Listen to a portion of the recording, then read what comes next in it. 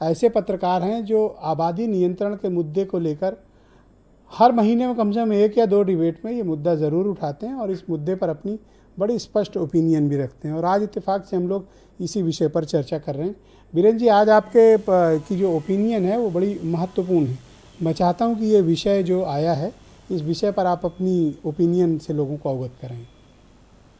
देखिए, हमारे देश में एक नारा आया कि हम दो हमारे दो, लेकिन जनसंख्या बढ़ती रही, ये नारा कामयाब नहीं हो पाया। लोग ये कहते हैं कि हम 150 करोड़ के आसपास पहुंच गए। जब भारत आज़ाद हुआ 1947 में, तब हमारे पास कुल 33 करोड़ की आबादी थी। आज हम उसमें 100 करोड़ का इजाफा कर गए 75 साल में। अरे भाई, कितना पैदा किया जाएगा कि ना घर मिले रहने को, ना अस्पताल में बेड मिल जाए, ना दवाई मिल पावे, ना रोडवेज में बस में बैठने की जगह मिले, ना रेलगाड़ी में मिले, ना शुद्ध हवा, ना पानी मिले, ना स्कूल में हम अपने बच्चों को एडमिशन दिला पाते। इतनी भीड़, हर दिन बढ़ती भीड़, इस भीड़ का इलाज क्या है? बात बहुत अच्छी है कि जब जनसंख्या असंतुलन भारत को प्रभावित करेगा तो पूरी दुनिया को भी प्रभावित करेगा। ये एक ऐसी समस्या है जिससे हमारा देश चरमरा रहा है। ये भीड़ बढ़ चुकी है, इस पर कंट्रोल करिए। और हैरत की बात यह है कि आरएसएस जैसे और देश के तमाम संगठन ये कहते हैं और सरकारें जानती हैं, लेकिन वो कुछ करती नहीं। बीजेपी की सरकार से लोगों की बड़ी उम्मीदें थी कि वो जनसंख्या नियंत्रण पे कानून लाएगा, लेकिन आज 8 साल से ज़्यादा का समय बीत गया, बीजेपी सरकार में इस पर कोई चर्चा नहीं हुई। बीजेपी को कहे का कौन सा डर है?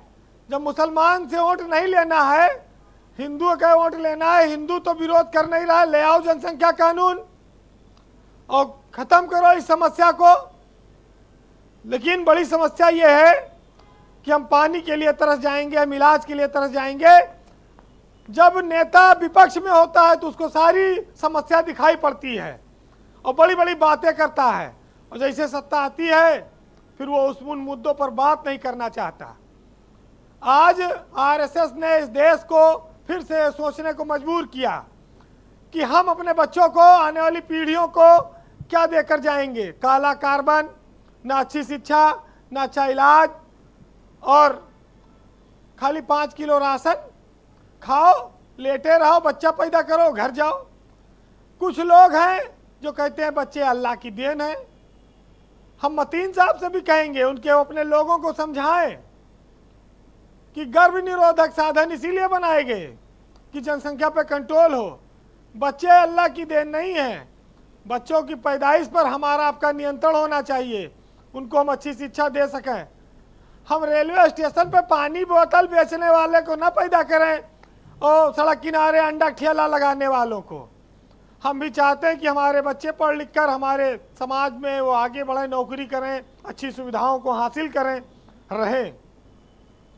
जब आप वर्ल्ड इंफ्रास्ट्रक्चर की बात करते हैं तो उसमें जनसंख्या बहुत बड़ा फैक्टर है। उसके बिना कोई भी इंफ्रास्ट्रक्चर कामयाब नहीं हो सकता। भारत को एक जो तरक्की पसंद मुल्क है, तेजी से तरक्की कर रहा है, उसके रास्ते की सबसे बड़ी बाधा ये जनसंख्या है। लेकिन इस पर चिंता नहीं हो पा रही है।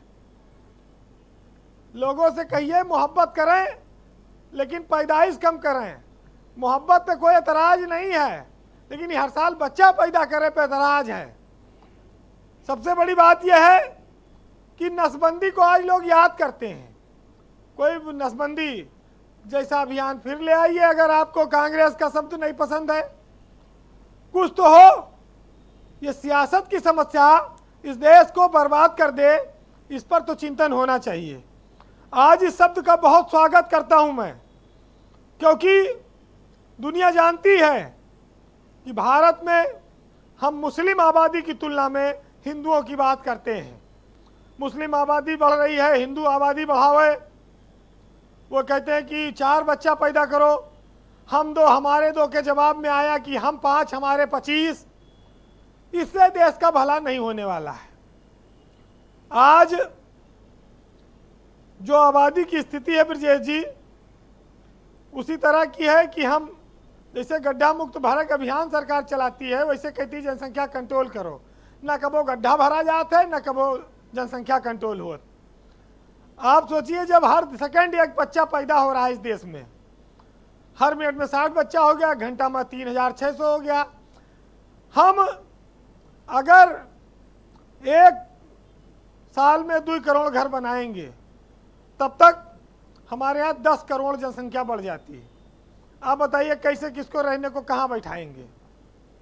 तो ये बड़ी एक समस्या है।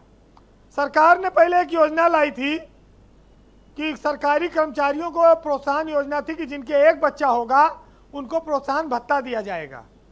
ये भी सरकार ने बंद कर दिया। इससे बड़ा जनसंख्या कंट्रोल होता था। इस पर फिर से विचार करना चाहिए। भारत की जो आबादी है वो आप 135 करोड़ हम आप कह सकते हैं, लेकिन वो कितनी है इसकी कोई गिनती नहीं है। अब इस देश को जरूरत है कि इसको बचाया जाए। हम जैसे लोग, जो लोग ये बात मानते हैं, संघ जो इस देश का सबसे बड़ा संगठन है आज की तारीख में, जो सामाजिक संगठन है, अगर उसकी बात सरकार मान ले तो इस देश का बहुत भला हो सकता है। अब भी देर नहीं हुई है। बहरहाल कुल मिलाकर बात यह है कि जब 100 में 70 आदमी नासाद हैं, तब जी दिल पर हाथ रख के कहिए क्या मुल्क आज़ाद है? हम कोठियों से मुल्क के मेयार को ना आके, असली हिंदुस्तान फुटपाथ पर आबाद है। उस फुटपाथ को देखिए कि कैसे वो अपना जीवन जिएगा। और भाजपा के पास जनसंख्या नियंत्रण पे बात या एजेंडा तो अभी नहीं आया है। उसके पास इससे कोई नुकसान भी नहीं है। उसके पास सरकार बनाने की और भी बहुत सारी व्यवस्थाएं हैं, वो सरकार बना लेती है।